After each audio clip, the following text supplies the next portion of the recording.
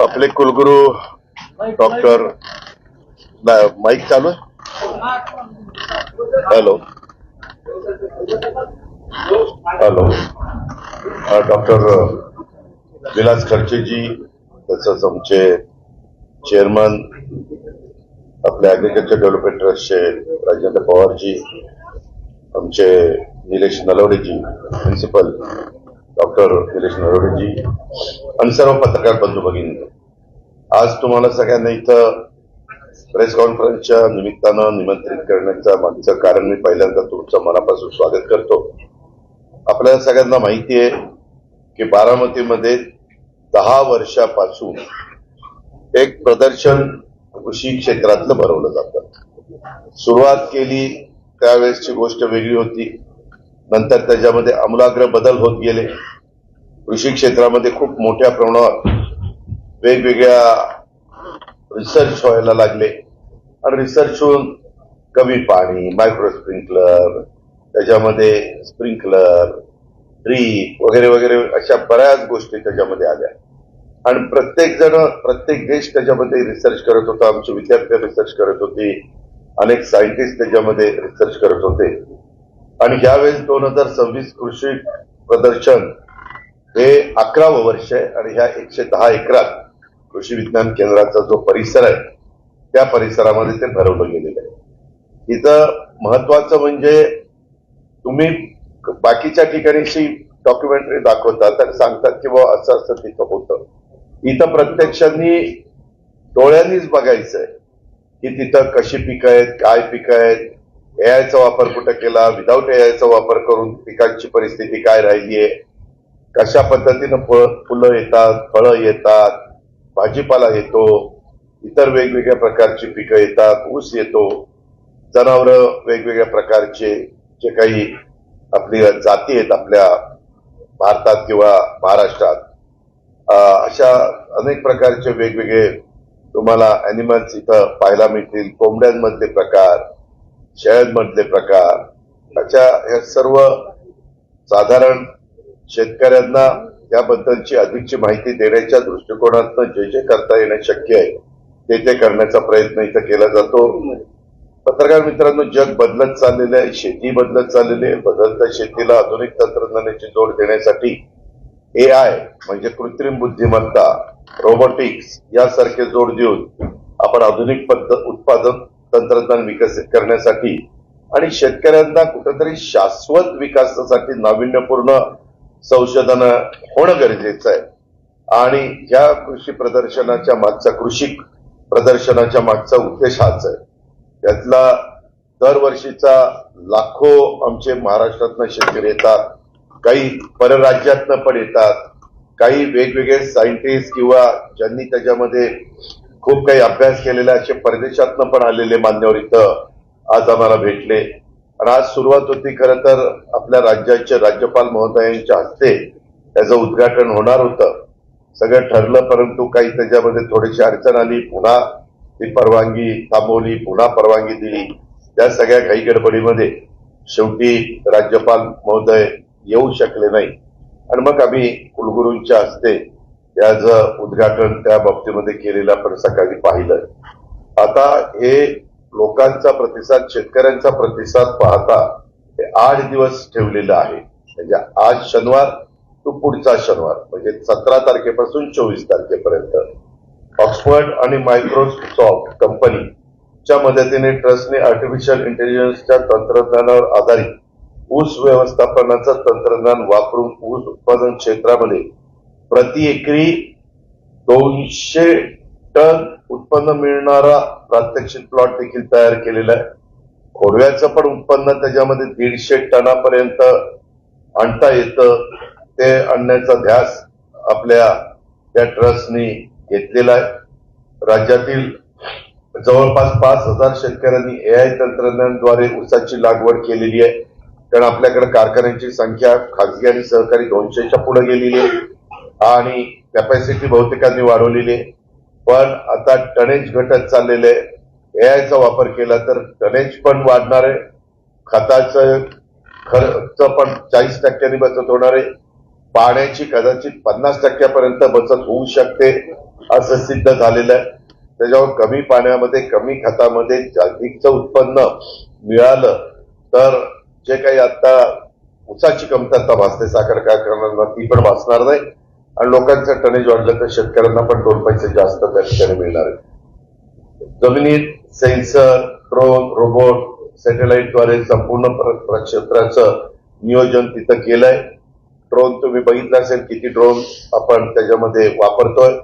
Screen आहे आणि शेतकरी पण जो नवीन शेतकरी आहे, जो जुना शेतकरी, कष्ट करणारा शेतकरी, त्याला ते फार आवडतं. मला खूप महिला भगिनी पण म्हणल्या की आम्ही शेती करतो, आम्हाला हे इथं दरवर्षी येऊन पाहायला आवडतं. बियाणं कसलं, रोपं कसली, कुठं घ्यायची, काय घ्यायचे वगैरे सगळ्या त्याची माहिती तिथं दिली जाते. जमिनीतील जे काही आपण या प्रदर्शनात शेतकऱ्यांना जनावरांच्या विविध जाती, भाजीपाला गुणवत्ता केंद्र, नाविन्यपूर्ण शेती तंत्रज्ञान, नैसर्गिक शेती पद्धत आणि श्वान व अश्व प्रदर्शन. आपल्या इथं भीमथडी घोडा हा पण प्रसिद्ध आहे.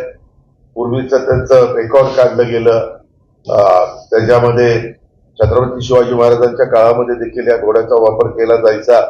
विशेषतः डोंगर चढण्याच्या करता, उतरण्याच्या करता हे घोडे फार चपळ असतात आणि त्या खाचखाग्यातनं आरामात ते वर चढतात, उतरतात. आणि अलीकडं आमचा धनगर समाज जो मेंढ्या राखतो ते त्यांचा सगळा संसार त्याच्या पाठीवर बांधून नेतात आणि ह्या गावातनं त्या गावात, त्या गावातनं कधी पश्चिम महाराष्ट्रात, कधी कोकणात असं ते जात असतात. आणि त्याच्याही बद्दल केंद्र सरकारने पण त्याच्यामध्ये मान्यता दिलेली आहे. त्याच्यावर त्याही गोष्टीला आता भीमथडी घोड्याला तिथं महत्व देण्याचं सुरू केलेलं आहे. त्याचबरोबर नाविन्यपूर्ण शेती तंत्रज्ञान, नैसर्गिक शेती पद्धत आणि हे प्रक्रिया मार्गदर्शन, भरड धान्याच्या बाबतीमध्ये आजूबाजूच्या राज्यामध्ये खूप चांगल्या पद्धतीनं काही निर्णय झालेले आहेत. आज आम्हाला ते ऐकायला मिळालं. आम्ही पण म्हणलं की तुम्ही सांगा, जे शेतकऱ्याच्या फायद्याचा असेल ते करण्याचा प्रयत्न निश्चितपणे आपण सगळेजण मिळून त्या ठिकाणी करू. फुलशेती इत्यादीचा लाभ कसा घेता येईल. आता झेंडूचे 5 प्रकारची फुलं इथं तुम्हाला पाहायला मिळतील रंगाची. तसंच तुमच्या शेवंतीची तर 20 पेक्षा जास्त, 25 पर्यंत वेगवेगळे रंग तुम्हाला तिथं पाहायला मिळतील. अशा खूप काही गोष्टी आहेत. एआय तंत्रज्ञान म्हणजे कृत्रिम बुद्धिमत्तेचा वापर करून केळी पिकामध्ये G9 केळी, एआय मुळे 25% पाण्याची बचत, 40% खताची बचत, एकरी 50 टन उत्पादन घेण्याचं तंत्रज्ञान हे इथं विकसित झालेले आहे. तुम्ही तिथं बघितलं तर तुमच्या डोळ्याला दिसेल की खरंच बाबा साधी पद्धतीने केळी लावणं आणि एआयचा वापर करून केळी लावणं ह्याच्यामध्ये खूप मोठा फरक आहे. सघन मका लागवड तंत्रज्ञान हे केव्हीके म्हणजे कृषी विज्ञान केंद्र बारामती गेली 10 वर्षापासून चिनी मका तंत्रज्ञान म्हणून प्रसारित केलंय. आता या तंत्रज्ञानाचा वापर अचूक पाणी आणि खत व्यवस्थापन करून एकरी 70 ते 80 क्विंटल प्रति एकरी मक्याचं उत्पादन घेता येतं. हा कुणाला विश्वास बसणार नाही, परंतु ही फॅक्ट आहे. इतक्या मोठ्या प्रमाणावर आपण त्या ठिकाणी मक्याचं उत्पादन घेऊ शकतो. आणि आता शेतकरी पण बघतात. आम्ही पण आता हे व्हिजिट केली त्यावेळेस कुलगुरूंनी आम्ही सगळ्यांनी ते जवळनं पाहिलं. त्याचबरोबर आपल्याला गोदावरी तुरीचं 10 फूट पट्टा पद्धतीनं लागवड करून एकरी 20 क्विंटल उत्पादन फक्त एआय तंत्रज्ञानामुळे शक्य आहे. आणि केव्हीके बारामतीच्या प्रात्यक्षिक प्लॉट मध्ये ते दाखवून दिलेलं आहे. ते पण असं मी सांगणं आणि तिथं प्रत्यक्षात पाहणं याच्यात खूप फरक पडतो. एआय तंत्रज्ञान आधारित कांदा उत्पादन अगदी 6 इंच खोलीचे सेन्सरद्वारे त्याच्यात पाण्याचं नियोजन केलेलं आहे. एआय प्रणालीद्वारे कीड आणि रोगमुक्त व्यवस्थापन, एकरी 600 पिशवी म्हणजे 30 टन उत्पादन घेणे शक्य आहे. यामध्ये भीमाशक्ती या 8 महिने टिकणाऱ्या वाणाचा समावेश आहे. आणि 500 ते 600 ग्रॅम वजनाचा लाल कांदा जो नेदरलँड येथील कंपनीने विकसित केलेला आहे तो पण आपण तिथं ठेवलेला आहे. तोही आपण शेतकऱ्यांना दाखवतो. एक एक कांदा अर्ध्या किलोचा आहे. बेरीचे विविध प्रकार त्याच्यामध्ये अवाकॅडो, प्लम, पियर, लिची, रामभूतान, मॅगोस्टी, लक्ष्मणफळ, पॅशन फ्रूट, खजूर हे सगळे वेगवेगळे प्रकार आपण तिथं ठेवलेले आहेत. हायड्रोपोनिक भाजीपाला तंत्रज्ञान मात्र कमी जागेत तिप्पट उत्पादन देण्यासाठी गोलाकार व्हील मध्ये लेट्स स्ट्रॉबेरी किंवा इतर पालेभाज्या घेणं शक्य आहे. त्याचंही प्रात्यक्षिक तिथं दाखवलेलं आहे. नेदरलँड, चीन, ब्राझील, स्पेन, जर्मनी, इस्रायलचं ठिबक तंत्रज्ञान देखील इथं येणाऱ्या शेतकऱ्यांना 8 दिवसाच्या करता पाहायला मिळणार आहे. माझी तमाम शेतकऱ्यांना आव्हान आहे की आपण या आणि पहा आणि त्याच्यातनं जे काही तुम्हाला शक्य असेल ते करण्याचा प्रयत्न स्वतःच्या शेतीमध्ये करा. तण नियंत्रण करण्यासाठी तणनाशकाचा वापर करून नियंत्रण मिळवणं खूप अवघड आहे किंवा खर्चिक आहे आणि हानिकारक पण आहे. कारण तो वरचा पापुद्रा जमिनीचा वरचा तो त्याला त्रास होतो. यामुळे पिकाचं नुकसान जास्त होतं. यावर सध्या AI कॉम्प्युटर विजन आणि मशीन लर्निंगद्वारे कॅमेरा व सेन्सरचा वापर करून अचूकरित्या फक्त लेझरच्या साहाय्याने तण मारण्याचे मशीनचा यशस्वी प्रयोग इथं केलेला आहे. काय झालं आता पूर्वीच्या सारखं लेबर मिळत नाही. लेबर मिळत नसल्यावर अनेक गोष्टी तुम्ही ह्याच्यामध्ये वापर करून आपल्या सेन्सरचा वापर करून किंवा ड्रोन कॅमेऱ्याचा वापर करून किंवा लेझरचा वापर करून अशा सगळ्या गोष्टीचा वापर करून आपण त्यांचा खर्चही कसा कमी होईल ते बघतोय आणि तेवढंच तण ते जाळते. आता आम्ही प्रात्यक्षिक पण त्याच्यामध्ये बघितलं आणि त्याची आता खऱ्या अर्थाने गरज आहे. त्याच्यावर जमिनीचा पोत पण अजिबात बिघडत नाही आणि जेवढं तण जळायला पाहिजे तेवढंच तण त्याच्यातनं जळून जातं. त्याचबरोबर जीवाणू खते आणि औषधाचा वापर ड्रम तंत्रज्ञान 10 दशपर्णी अर्क शून्य मशागत तंत्रज्ञान आधारित पिके जीवामृत भाजीपाला नैसर्गिक शेती आधारित कडधान्य गांडूळ खत आणि सेंद्रिय खत निर्मितीचा वापर हा इथं केला जातो. शेती क्षेत्रातील होमिओपॅथीचा वापर केला आहे. देशभरातील विविध जातीची जनावरं गाय, म्हैस, बैल, शेळ्या, मेंढ्या, श्वान, बदकं येथे पाहायला तुम्हाला मिळणार आहे. महाराष्ट्रात कृषी उद्योगाचे सहकार्यात्मक जाळे उभारण्याच्या दृष्टीनं किसान जागो हा उपक्रम संकल्पित करण्यात आलेला आहे आणि या उपक्रमाच्या माध्यमातून शासन आपली शासनाची कृषी विद्यापीठं, उद्योग क्षेत्र, स्वयंसेवी संस्था, कृषी विज्ञान केंद्र बारामती आणि शेतकरी समुदाय यांना एकत्र आणून संशोधनाधिक तसेच प्रत्यक्ष शेत स्तरावर परिणाम साधणारा मॉडेल कार्यक्रम राबवण्यात येत आहे. ऍग्रिकल्चर डेव्हलपमेंट ट्रस्ट बारामती आणि ACFI सारख्या राष्ट्रीय उद्योग संघटनेच्या माध्यमातून देखील महाराष्ट्रातील शेती अधिक सक्षम आणि भविष्योन्मुख करण्याचा एक महत्वाचा इथं प्रयत्न हा करण्यात आलेला आहे. यामुळे ऊस उत्पादन शेतकरी, साखर उद्योग, संपूर्ण कृषी संस्थेला दीर्घकालीन लाभ होणार आहे. शासन, उद्योग, विद्यापीठ आणि शेतकरी यांच्यातील सहकार्य आपल्या महाराष्ट्रातल्या शेती अधिक शाश्वत, सक्षम आणि भविष्यासाठी सज्ज होण्यासाठी निश्चितपणे मदत होणार आहे. याच्यात द्राक्ष पण आहे, पेरू पण आहे, वेगवेगळी फळं पण आहे, खूप काही. जवळपास इथं बघायचं म्हटलं तर अक्षरशः अख्खा दिवस जर नीट समजून घ्यायचं म्हटलं तर तिथपर्यंत आपल्याला वेळ इथं घालवता येतो आणि स्वतःच्या ज्ञानामध्ये देखील शेतकऱ्यांना खूप मोठ्या प्रमाणावर त्या ठिकाणी अधिकचं ज्ञान हे मिळवता येतं. त्याकरता माझे महाराष्ट्रातल्या तमाम शेतकऱ्यांना आव्हान आहे की या कृषी प्रदर्शन 17 ते 24 जानेवारी 2026 17 तारखेपासून 24 म्हणजे ह्या शनिवारपासून पुढच्या शनिवारपर्यंत सगळ्यांनी यावं आणि ह्या कृषी प्रदर्शनाचा त्यांनी लाभ घ्यावा. त्याच्यातनं नवीन शिकण्याचा प्रयत्न करावा. जग कुठल्या रस्त्याने चाललंय ते समजून घेण्याचा प्रयत्न करावा. धन्यवाद. एक मिनिट, आता मी कृषीचं बोलतोय. पहिल्यांदा माझी हात जोडून विनंती आहे की आमच्या शेतकऱ्यांच्या दृष्टीने ही खूप महत्वाची बाब आहे. पहिल्यांदा आपण त्याच्यावर येऊ.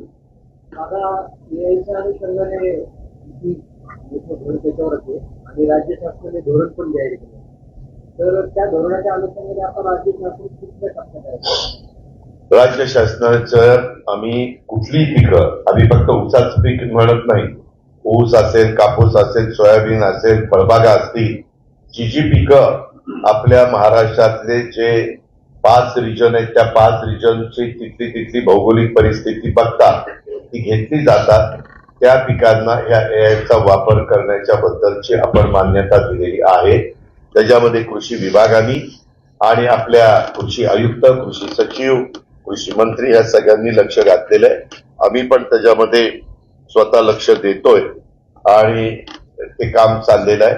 त्याचे प्रस्ताव पण आता मला वाटतं मंत्रालयामध्ये आले तशी माझी माहिती आहे. परंतु मी आज खरं कॅबिनेट होती, पण हा कार्यक्रम असल्यामुळे मला काही त्या कॅबिनेटला उपस्थित राहता आलं. शेतकऱ्यांच्या उत्पादनाला हमी भाव मिळत नाही. उदाहरण द्यायचं झालं तर केळी आता मोठ्या प्रमाणात झाली. केळीचं जर घसरलेले तरी उत्पादन देखील मोठ्या प्रमाणात निघतं.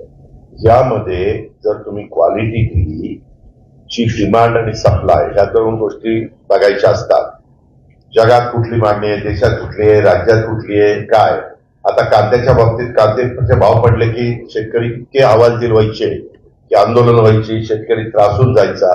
आता कांद्याची साठवणच जर 6 महिने, 7 महिने, 8 महिने, 9 महिने व्हायला लागली तर तो शेतकरी त्याला पाहिजे तेव्हा कांदा मार्केटमध्ये आणू शकेल. कांद्याचे भाव पडले तर तो कांदा तो साठवणूक करून त्या ठिकाणी ठेवू शकेल.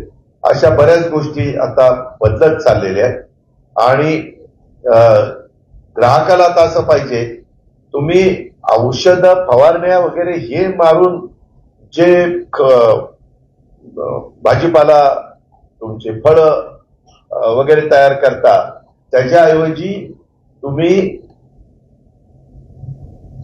पेस्ट कंट्रोल ते न वापरता, पेस्टिसाइड ते न वापरता तुम्ही त्याच्यामध्ये सेंद्रिय शेती करून त्याचा वापर करून ती आपण हे तयार केली पाहिजे. भाजीपाला, फळं, इथले टोमॅटो वगैरे, इथली ढोबळी मिरची, मिरचीचे वेगवेगळे प्रकार आहेत, टोमॅटोचे वेगवेगळे प्रकार, हे जे काही इथं दाखवण्यात आलेलं आहे किंवा ठेवलेलं आहे त्याच्यामध्ये एक एवढं देखील औषध वापरलं जात नाही. त्याच्यामुळे आरोग्याला कुणालाही कसलाही प्रकारचा धोका नाही. अलीकडं सारखे वेगवेगळ्या ठिकाणी इतकी औषधं वापरतात की ते लोकांनाही ते आजार उद्भवण्याचा प्रमाण वाढलेलं आहे. ते होऊ नये म्हणूनच हे सगळे खटाटोप आपण करतोय, त्याच्याकरताच सगळी यंत्रणा काम करते. कृषी विज्ञान केंद्राच्या वतीने एआय मध्ये शेतीला आता शेतकऱ्यांना मदत होते, परंतु आता कृषीच्या थ्रू केळी असेल, कांदा असेल असे अनेक पिके एआय वरती घेण्यास सुरुवात झालेली आहे. त्याचा राज्य सरकारने कधी विचार केला? त्याच्यात राज्य सरकारने सगळ्याच पिकाचा विचार केलेला आहे. यंदाच वर्ष पहिलं होतं. आता नवीन अर्थसंकल्पामध्ये आम्ही अधिक तरतूद त्याच्यामध्ये करू आणि त्यावेळेस लोकांना त्याच्याबद्दलची खात्री नव्हती. त्याच्यावर जेवढा प्रतिसाद मिळायला पाहिजे होता तेवढा मिळाला नाही. मला वाटतं वसंतदादा शुगर इन्स्टिट्यूटने पण खूप त्याच्यामध्ये इन्सेंटिव्ह देण्याचा प्रयत्न केला. अशा खूप चांगल्या चांगल्या गोष्टी झाल्या. परंतु लोक काय बघतात, एवढा खर्च आपण केला, उद्या नाही झालं उत्पन्न तर जबाबदार कोण, म्हणून तर आपण हे त्यांना दाखवण्याचा प्रयत्न करतो. आणि आमच्या इथं काही हजार शेतकऱ्यांनी काही हजार एकरावर हे केलेलं आहे आणि ते सक्सेस झालं. दरवर्षी प्रयोग करतो, शेतकऱ्यांना दाखवतो, परंतु राज्य सरकार याबाबत पुढाकार घेत नाही. राज्य सरकार वेगवेगळ्या ठिकाणी कृषी प्रदर्शन भरवत असतं, वेगवेगळ्या ठिकाणी प्रोत्साहन देत असतं. आता इथं स्वतः व्हाईस चान्सलर बसलेले, तिथंही अनेक प्रकारचे नवीन नवीन तुरीचं बी असेल किंवा आणखीन वेगवेगळे प्रकार असतील, असे अनेक गोष्टी त्या ठिकाणी ते करतात, रिसर्च करतात आणि त्या रिसर्चला राज्य सरकारने अजून मदत केली पाहिजे. अशा पद्धतीने हे सगळे प्रमुख लोक आहेत, त्यांची मागणी आहे. त्याच्यामुळं करत नाहीत असं नाही, त्यामध्ये करतातच आणि राज्य सरकार त्याला तरतूद पण करतं. दादा, सध्या जे एआय तंत्रज्ञान वापरलं जातं त्याचे जे उपकरण आहेत किंवा बाकीचे जो खर्च आहे तो जास्त आहे मोठ्या प्रमाणात, सर्वसामान्य शेतकऱ्यांना सध्याच्या परिस्थितीमध्ये न परवडणार आहे. राज्य शासन म्हणून आपली काय भूमिका आहे? राज्य सरकार अशा वेळेस पहिल्यांदा सबसिडी देतं आणि म्हणूनच आपण तो कार्यक्रम आणलेला. आपण त्याच्यामध्ये मोठ्या प्रमाणात सबसिडी देण्याचा प्रयत्न करतो. कारण ज्यावेळेस ठिबक आलं त्यावेळेस शेतकऱ्यांनी करावं म्हणून केंद्राने पण त्याला सबसिडी दिली, राज्याने पण सबसिडी दिली. आपण वेगवेगळ्या प्रकारचे ट्रॅक्टर्स किंवा अशा प्रकारची अवजारं आली तर त्यालाही राज्य सरकार सबसिडी देतं आणि सबसिडी देऊन ते कसं आपल्या शेतकऱ्याला परवडेल अशा प्रकारचा प्रयत्न करतं. तुम्हाला ग्रीन हाऊस करायचं असेल तरी त्याच्यामध्ये सबसिडी आहे. तुम्हाला जर शेतकऱ्याला कागद वापरायचा असेल तर त्यालाही आपण सबसिडी त्या ठिकाणी देतो. अशा खूप काही गोष्टी जोपर्यंत शेतकऱ्याला त्याच्याबद्दलची खात्री पटत नाही आणि तो त्याच्यामध्ये स्वतः पुढाकार घेऊन ते करायला सुरुवात करत नाही त्यावेळेस क्रॉप सबसिडी गव्हर्नमेंट ऑफ महाराष्ट्राला द्यावी लागते, गव्हर्नमेंट ऑफ इंडियाला द्यावी लागते आणि दोन्ही विभाग केंद्राचा आणि राज्याचा कृषी विभाग यामध्ये लक्ष ठेवून आहे. या अनुषंगाने झाला एक प्रश्न होता, भांडवली गुंतवणूक शेतीमध्ये व्हावी चांगली योजना असावी असा तुमचा पण आग्रह होता. तर 5 वर्षासाठी 25,000 कोटीची योजना जाहीर केली आणि या वर्षीपासून 5,000 कोटी प्रतिवर्षी अशी द्यायची होती. पण यावर्षी अजून दिलेलं नाही, त्याच्यामुळे लाखो शेतकऱ्यांच्या आंदोलनाचे प्रश्न पडून आहे. याबद्दल ज्यावेळेस आम्ही जाहीर केल्यानंतर बाकीच्या काही गोष्टी आम्ही शेतकऱ्यांच्या करता मोठ्या प्रमाणावर केल्या. ते म्हणजे शेतकऱ्यांना दर महिन्याला 500 रुपये द्यायला सुरुवात केली. म्हणजे एका शेतकऱ्याला 6,000 म्हणजे 1 कोटी शेतकऱ्यांना 6,000 कोटी वर्षाला. हे अशा काही स्कीम आणि इतर पण मी ज्या स्कीमचा उल्लेख केला त्याच्याबद्दलच्या पण आहेत. मी त्याच्या संदर्भामध्ये माहिती मागवलेली कृषी खात्याकडं. ते काय झालंय आता नगरपालिका, जिल्हा महानगरपालिका, आता 12 जिल्हा परिषदेचा या सगळ्या निवडणुकांचा धामधूम त्याच्यात आचारसंहिता त्यामुळे थोडस त्याच्यामध्ये डिले झाला ही गोष्ट मान्य आहे. परंतु ते आम्ही ठरवलेलं आहे ते शेतकऱ्यांचं उत्पन्न वाढवण्याच्या करता पर कॅपिटल उत्पन्न आणि जीडीपी वाढवायला ही खूप मदत करणारा क्षेत्र आहे. आपण कोरोनाच्या काळामध्ये बघितलं. तसंच आमचा सगळ्यांचा मानस आहे, तसंच आमचा सगळ्यांचा प्रयत्न आहे. दादा, दोन्ही राष्ट्रवादी एकत्र येणार आज बैठक झाली आहे. अशी कुठली बैठक झाली नाही. तुम्ही ना खरंच मी आता काय सांगतो कृषीचं सांगतोय की नाही. आता ह्या सगळ्या गोष्टी आहेत. आता तुम्ही जो प्रश्न विचारलेला आहे, मी आज कृषी 2026चं ओपनिंग होतं. आमचे कुलगुरू तिथं येणार होते. मी इथला लोकप्रतिनिधी आहे त्याच्यामुळे मी पण इथं आलो होतो आणि मला सांगण्यात आलं की बाबा साहेब आलेले तिथनंच आपण एकत्र जाऊ म्हणून मी पवार साहेबांच्या घरी तिथे गेलेलो होतो आणि तिथून आम्ही एकत्रपणे त्या कृषी प्रदर्शनाला गेलो. अर्थात आम्ही उद्घाटन कुलगुरूंनी केलं आणि मला पण शेतीची आवड आहे, अनेक पत्रकारांना माहिती आहे. त्याच्यामुळे मी पण मला जेवढी माहिती घ्यायची होती तेवढी घेण्याचा त्या ठिकाणी प्रयत्न केला. शशिकांत शिंदे म्हणाले आम्ही पंचायत समिती जिल्हा परिषद निवडणुकीला एकत्र लढणार आहोत. मग त्याच्या संदर्भामध्ये त्यांनी काय सांगितलं ते काही मी ऐकलेलं. मी त्याच्याबद्दलची माहिती घेईन आणि मग त्याबद्दलचं बोलीन. एक आहे हे आताच्या काळामध्ये बहुतेक ठिकाणी स्थानिक लेवलला आम्ही तो अधिकार देतो. तुम्ही तिथं जिल्हा लेवलला काय करायचं काय नाही करा. आता तरी आम्ही सगळे महायुतीमध्ये काम करतोय. महायुती केंद्रामध्ये पण एनडीएचं सरकार आहे, राज्यामध्ये पण महायुती आहे. त्या पद्धतीनं आमचं काम तिथं चाललेलं आहे.